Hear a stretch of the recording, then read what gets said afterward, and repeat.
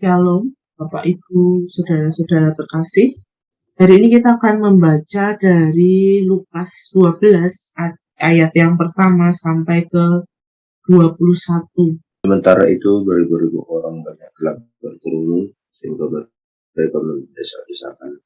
Lalu Yesus mulai mengajar pertama-tama kepada murid-muridnya, katanya, waspadalah terhadap ragi kemunafikan para Farisi. Tidak ada sesuatu pun yang tertutup yang tidak akan dibuka, dan tidak ada sesuatu pun yang tersembunyi yang tidak akan diketahui. Karena itu, apa yang kamu katakan dalam gelap akan kedengaran dalam terang, dan apa yang kamu bisikkan ke telinga di dalam kamar akan diberitakan dari atas atap rumah. Aku berkata kepadamu, hai sahabat-sahabatku, janganlah kamu takut terhadap mereka yang dapat membunuh tubuh dan kemudian tidak dapat berbuat apa-apa lagi. Aku akan menunjukkan kepada kamu siapakah yang harus kamu takuti. Takutilah dia yang setelah membunuh mempunyai kuasa untuk melemparkan orang ke dalam neraka. Sesungguhnya aku berkata kepadamu, takutilah dia. Bukankah burung pipit dijual 5 ekor buah duit? Sungguh pun demikian tidak seekor pun daripadanya yang dilupakan Allah. Bahkan rambut kepalamu pun terhitung semuanya. Karena itu, jangan takut, karena kamu lebih berharga daripada banyak burung pipit. Aku berkata kepadamu, setiap orang yang mengakui aku di depan manusia, anak manusia juga akan mengakui dia di depan malaikat-malaikat Allah. Tetapi barang siapa menyangkal aku di depan manusia, ia akan disangkal di depan malaikat-malaikat Allah.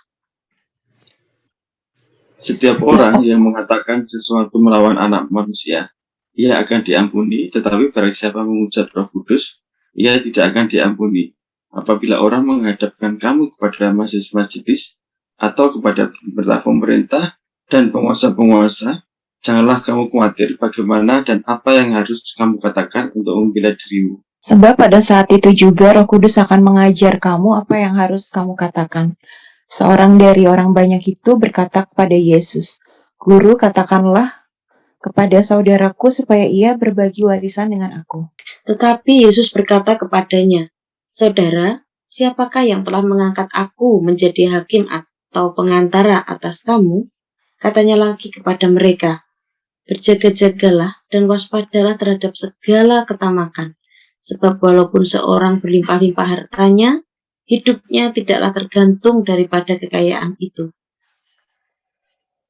Kemudian ia mengatakan kepada mereka suatu perumpamaan, katanya, ada seorang kaya, tanahnya berlimpah-limpah hasilnya. Ia bertanya dalam hatinya, apakah yang harus aku perbuat? Sebab aku tidak mempunyai tempat di mana aku dapat menyimpan hasil tanahku. Lalu katanya, inilah yang akan aku perbuat, aku akan merombak lumbung-lumbungku, dan aku akan mendirikan yang lebih besar, dan aku akan menyimpan di dalamnya segala gandum dan barang-barangku. Sesudah itu aku akan berkata kepada jiwaku, hai jiwaku, ada padamu banyak barang, tertimbun untuk bertahun-tahun lamanya. Beristirahatlah, makanlah, minumlah, dan bersenang-senanglah. Tapi firman Tuhan Allah kepadanya, hai engkau orang bodoh, pada malam ini juga jiwamu akan diambil daripadamu. Dan apa yang telah kau sediakan untuk siapakah itu nanti? Demikianlah jadinya dengan orang yang mengumpulkan harta bagi dirinya sendiri, jikalau ia tidak kaya di hadapan Allah. Ya, terima kasih Bapak Ibu. Jadi kalau kita membaca di Lukas 12 ayat yang pertama sampai 12, itu kita bisa melihat bagaimana pengajaran khusus bagi murid-murid Yesus. Jadi dalam pasal ini diceritakan tentang berbagai pengajaran yang disampaikan langsung oleh Yesus. Nah, kalau kita lihat di sini, kita bisa melihat ya, saya membagi jadi 3. Di ayat pertama, Yesus menekankan bahwa ya kita harus waspada terhadap ragi, yaitu kemunafikan orang Farisi. Yang berikutnya di ayat kelima kita bisa melihat bahwa kita perlu takutilah dia, takut akan Allah. Dan di ayat yang ke-7 sampai ke-12 kita bisa melihat bagaimana kita perlu mengakui dia, tidak menyangkal aku, tidak menghujat Roh Kudus, dan janganlah hendaknya kita khawatir akan apa yang kita katakan. Nah, kalau kita lihat ya di pasal ini kita bisa melihat waktu itu ada banyak ya, nggak banyak ya, beribu-ribu bahkan orang banyak itu berkerumun. Mereka berdesak-desakan ketika Yesus mulai mengajar. Tetapi Yesus dikatakan di situ, ya pertama-tama dia mengajar kepada murid-muridnya. Nah, dijelaskan bahwa kita harus waspada terhadap ragi, yaitu kemunafikan orang Farisi. Ragi ini digambarkan sebagai dosa. Ya, ragi ini kan punya sifat yang mengembang, ya, dia mengasamkan. Nah, kemunafikan ini seringkali dapat menyebar seperti ragi. Ya, bahkan itu bisa mempengaruhi kehidupan kita.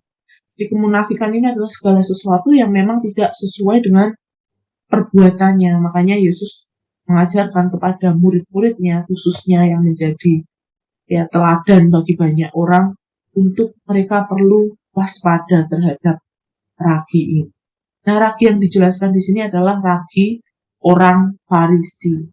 Yesus berarti memperingatkan murid-muridnya khususnya supaya mereka tidak memiliki jiwa seperti orang-orang Farisi ini. Ya, supaya murid-muridnya ini tidak bersikap munafik dalam hal keagamaan.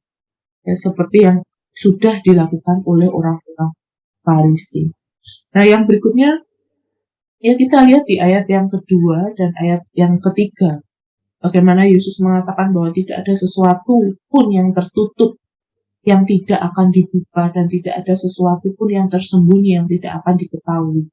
Karena itu, kamu katakan dalam gelap akan kedengaran dalam terang, dan apa yang kamu bisikkan ke telinga di dalam kamar akan diberitakan dari atas atap rumah. Kita bisa melihat bahwa kebenaran suatu saat pasti akan terungkap. Jadi ya, apa gunanya kita terus menutupi sebuah kemunafikan, karena ya dikatakan di sini bahwa segala sesuatu, ya sesuatu pun yang tertutup yang tidak akan terbuka, ya suatu saat mereka hal itu pasti akan terbuka. Bahkan di ayat yang ketiga dijelaskan bahwa ya yang kamu katakan dalam gelap itu akan kedengaran di dalam terang. Bahkan apa yang dibisikkan ke telinga di dalam kamar pun akan diberitakan dari atas atap rumah. Nah, akan datang harinya bahwa orang-orang yang munafik ini, kemunafikan ini akan diungkapkan. Yang berikutnya, ya kita lihat di ayat yang keempat, ayat yang kelima, bagaimana Yesus menekankan takutilah dia, ya di ayat yang kelima. Aku akan menunjukkan kepadaku siapakah yang harus kamu takuti. Ya, kalau kita lihat di sini Yesus menggunakan kata sahabat-sahabat. Ya, bagaimana ya, kita melihat di ayat ini bagaimana kita ya sebagai murid-murid Kristus itu tidak perlu takut terhadap mereka yang terhadap manusia yang dapat membunuh tubuh dan kemudian tidak berbuat apa-apa lagi.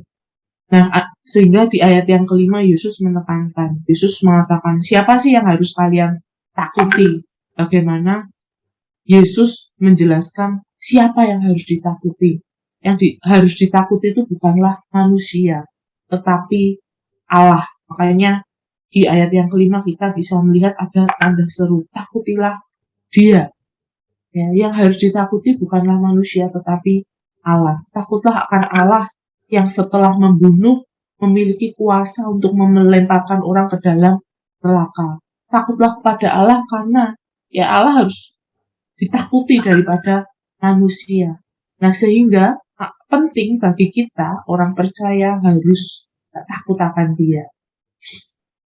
Lalu kita bisa melihat di ayat yang ke-6 dan ayat ke-7 Yesus menggambarkan ya, seekor burung pipit, makhluk kecil yang hanya dijual 5 ekor 2 duit.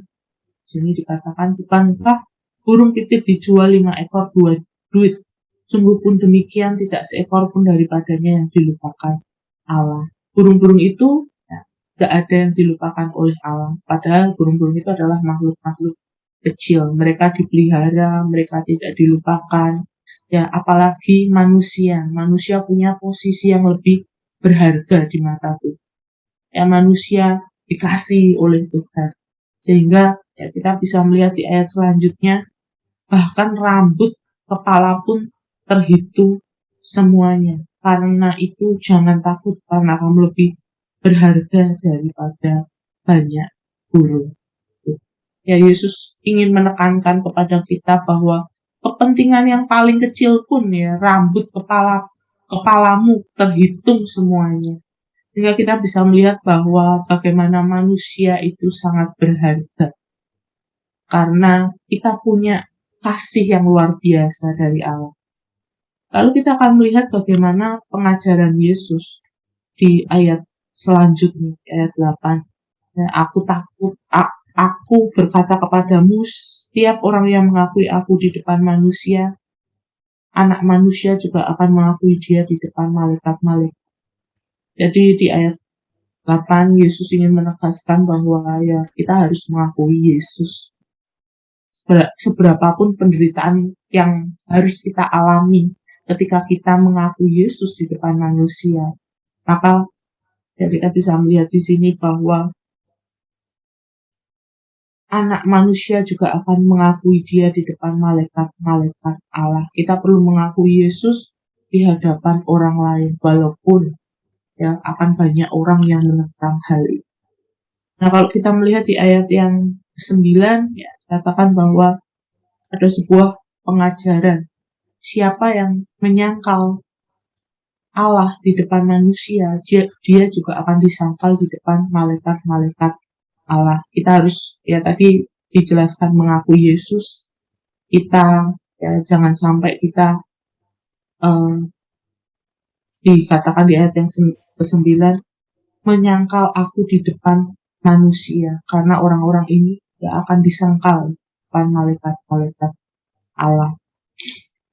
Lalu kalau kita melihat di ayat berikutnya, ayat yang ke-10, katakan bahwa setiap orang yang mengatakan sesuatu melawan anak manusia, ia akan diampuni.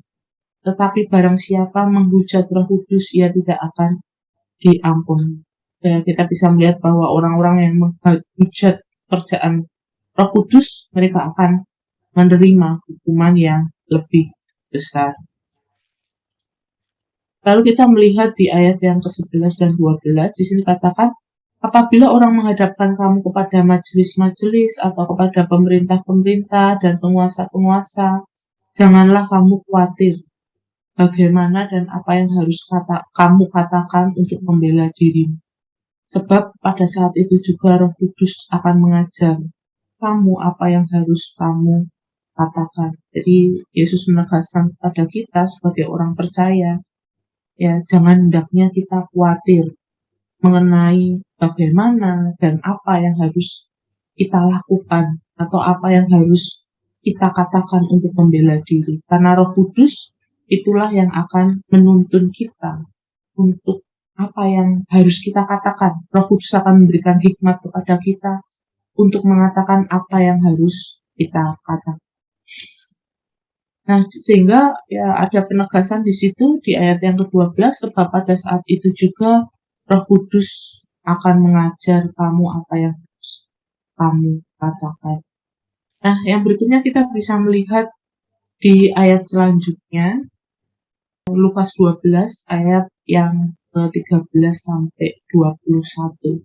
Kita bisa melihat dari judulnya sudah terlihat bagaimana orang kaya yang bodoh.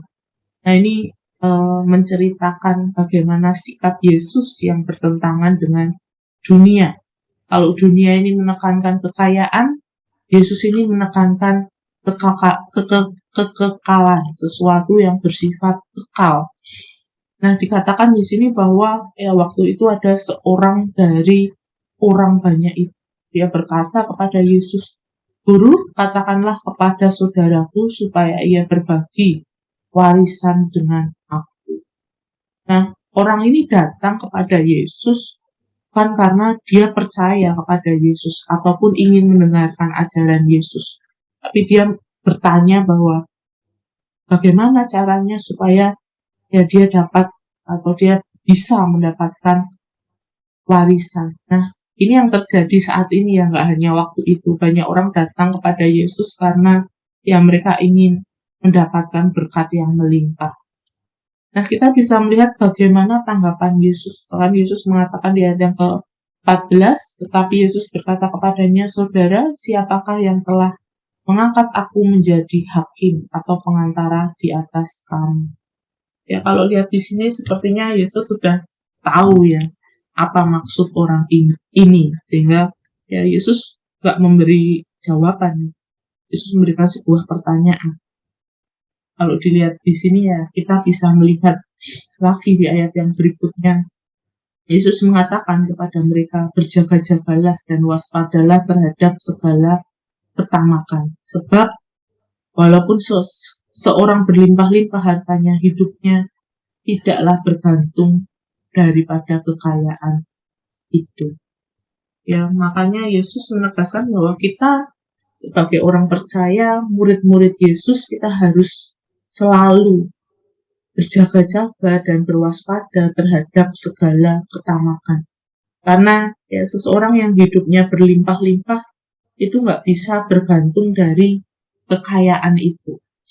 Nah, kita bisa melihat ada dua hal yang kita pelajari dari ayat ini, bahwa kita perlu bersikap waspada terhadap ketamakan. Dan yang kedua adalah kita hidup tidak bergantung pada kekayaan. Nah, kalau kita lihat di bahasa Yunani itu adalah pleonesias. Jadi gabungan antara pleion, yaitu lebih atau mempunyai, dan eiken, yaitu mempunyai. Sehingga ini ketamakan ini merujuk kepada suatu hal yang dikatakan ingin memiliki lebih banyak. Nah, seorang yang ingin memiliki lebih banyak itu adalah orang yang tamak. Kenapa kita harus terus berwaspada dalam hal ini? Karena ya kita nggak bisa hidup dengan bergantung dengan kekayaan. Sehingga kita perlu atau penting bagi kita untuk fokusnya kita kepada Yesus. Nah, di ayat berikutnya Yesus memberikan sebuah perumpamaan mengenai seorang yang kaya. Dikatakan di situ ada seorang kaya, tanahnya berlimpah-limpah hasilnya. Ya, sehingga di ayat yang ke-17 dia mengatakan, suatu saat dia bertanya dalam hatinya, apakah yang harus aku perbuat, sebab aku tidak mempunyai tempat di mana aku dapat menyimpan hasil tanah.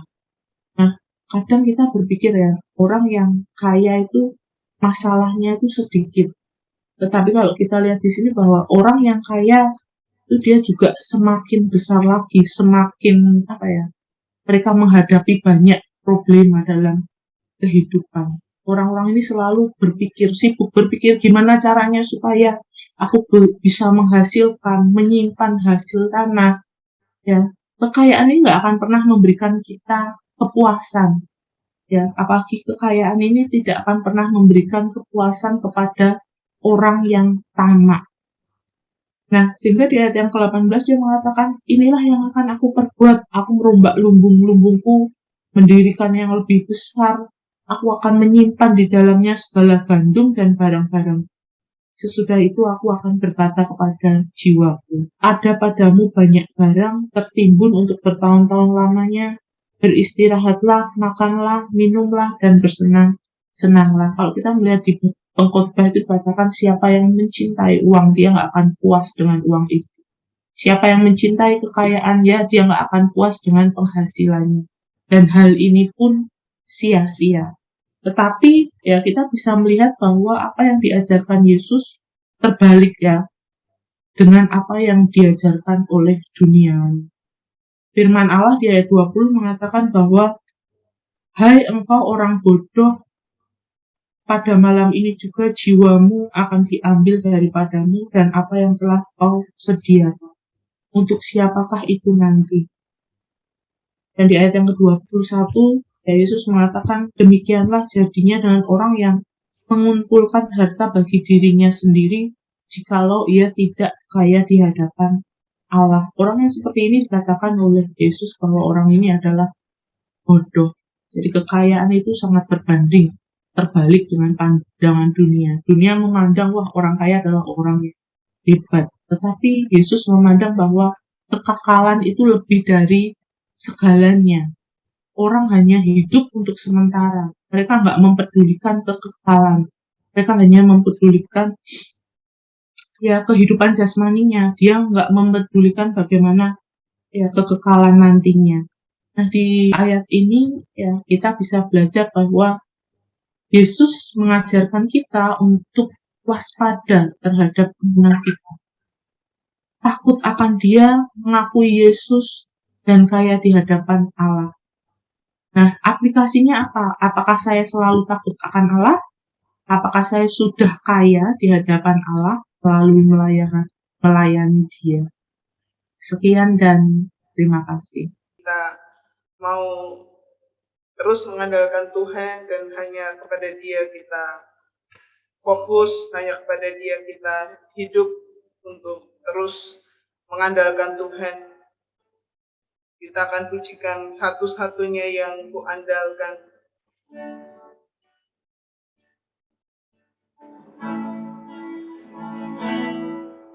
Engkau Tuhan yang setia, waktumu selalu yang terbaik.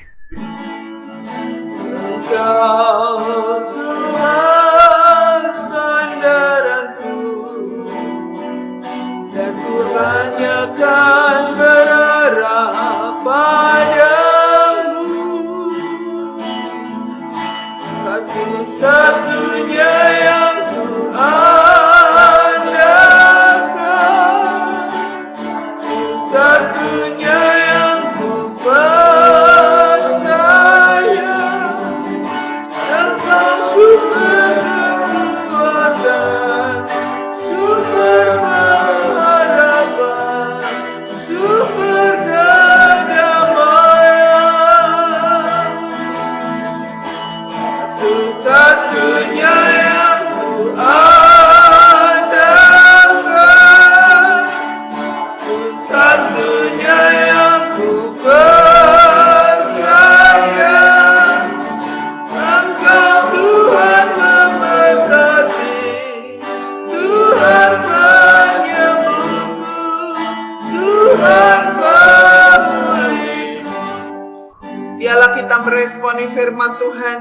Kita mau terus mengagungkan Dia dan hanya kepada Dia kita akan takut. Kita terus berdoa supaya kita tetap ada di dalam kuasa Tuhan. Kita juga tidak menjadi khawatir tentang hidup ini. Mari kita mengucap syukur untuk semua pemeliharaan Tuhan. Bapa, kami bersyukur Tuhan, karena kami punya Allah yang hidup, Allah yang kuasa seperti Engkau Tuhan, yang berkuasa atas surga, atas bumi dan bawah bumi Tuhan. Kami tahu bahwa Engkau mengerti sedalam-dalamnya kehidupan kami, keperluan kami. Kami bersyukur karena kami punya Tuhan yang memelihara hidup kami. Bahkan sehelai rambut di kepala kami pun yang jatuh Tuhan mengerti. Biarlah kami terus meyakini bahwa Engkaulah kuasa atas hidup kami.